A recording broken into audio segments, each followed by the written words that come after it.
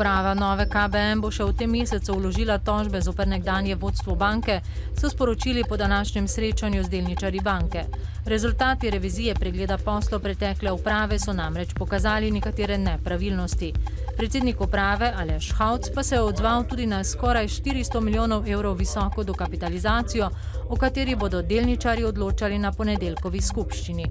Kot je povedal, se je že sestal z nekaterimi potencialnimi investitorji iz Evrope, Azije in Bližnjega vzhoda, a bo treba pred morebitno prodajo najprej očistiti bilance s prenosom slabih terjatev na slabo banko. Slabe terjatve naj bi po predvidevanjih prenesli do jeseni. Današnji Dnevnik poroča, da Komisija za preprečevanje korupcije preučuje kadrovanje v upravi in nadzornem svetu v Novi Ljubljanski banki, ki se je začelo s prihodom Janka Medje na mesto predsednika uprave.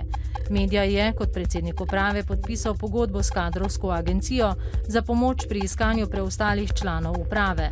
Prav ta agencija pa je nadzornemu svetu banke Medjo priporočila kot najbolj primernega kandidata za predsednika uprave. Neuradno naj bi agencija za svoje storitve banki zaračunala več kot $500 milijona. Sodne preiskave nekdanjega mariborskega župana Franca Kanglerja zaradi primera Ptičja hišica ne bo. Po preiskovalni sodnici je tožilsko zahtevo za preiskavo zavrnil tudi zunajpravni senat mariborskega okrožnega sodišča. Tožilstvo se lahko zoper takšno odločitev pritoži na višje sodišče. Enak razplet naj bi doživela tudi zahteva za preiskavo v zadevi zemljišče za pravoslavno cerkev. Kanglerja sicer bremeni več kazenskih ovadb. V primeru sporne dodelitve stanovanja v Deževalki je bil pred 2 tednoma na mariborskem okrajnem sodišču tudi obsojen na 7 mesecev zapora. Ponovno imamo dokaz, da v Sloveniji veljajo dvojni kriteriji, dvojna merila. Kar je v Mariboru narobe, je v Ljubljani prav. Kar je v Ljubljani prav, je v Mariboru narobe. Kako je mogoče, da nekdo na mene pošlje 117 kriminalistov, kasneje pa sodišče gotovi, da niti elementov ni kaznivih dejanj. Res je, da ima tožilec še pravico se pritožiti v 8 dneh. Vendar ta prva inštanca preiskovalne sodnice in izvensodnega senata dovolj jasno kaže, da nekdo zlorablja v Sloveniji v politične obračunavanja slovensko tožilstvo, pa še koga verjetno zraven.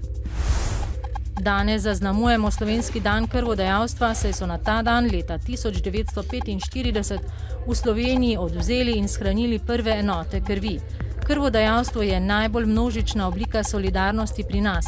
V Sloveniji se letno v krvodajalstvo prijavi 110 tisoč ljudi, medtem ko na Zavodu za transfuzijsko medicino opravijo okoli 97 tisoč odvzemov krvi. S tem zadovoljujemo lastne potrebe po krvi. Ob letošnjem dnevu krvodajalcev pa poteka akcija Podaj energijo za življenje znanimi Slovenci in Slovenkami. Najuspešnejši slovenski nogometni trener Darko Milanič je sporočil, da se seli v Šturm iz Graca.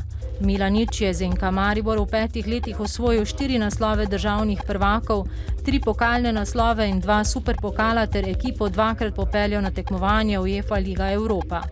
Športni direktor nogometnega kluba Maribor Zlatko Zahovič je dejal, da je bila nenadna odločitev trenerja Milaniča za klub veliko presenečenje in da moštvo še nima novega trenerja. Med morebitnimi novimi imeni se omenja Anteja Šimondžo, Bojana Prašnikarja in Matjaža Keka. Jasno pa je, da se kot športnik oziroma trener moram v nekem trenutku odločiti tudi za nekaj drugega in odločil sem se za drugo pot. Svojemu klubu NK Maribor v bodoče veliko sreče. V tem trenutku z mojo odločitvijo so dobili velikega navijača. Zame je nova destinacija veliki izziv. Mislim, da delam korak naprej v svoji karieri z ciljem, da bi jasno skozi svojo kariero delal korake naprej. Popoldne bo spremenljivo do pretežno oblačno. Ponekod se bodo pojavljale manjše padavine, deloma plohe. Jutri bo sprva večinoma sončno, sredi dneva in popoldne pa spremenljivo oblačno s plohami in nevihtami. Najnižje jutranje temperature bodo od 7 do 13, najvišje dnevne od 18 do 24 stopinj Celzija. Danes v Dnevniku televizije Maribor. Perutnina Ptuj je lansko poslovno leto zaradi bančnih slabitev končala z izgubo. Iztok Fister iz Ferija je po mnenju Elektra Maribor in univerze najboljši študent te ustanove. V občini Cerkvenjak bodo zgradili nov nizkoenergetski vrtec. Novice Štajerske, Pomurja in Koroške ob 18.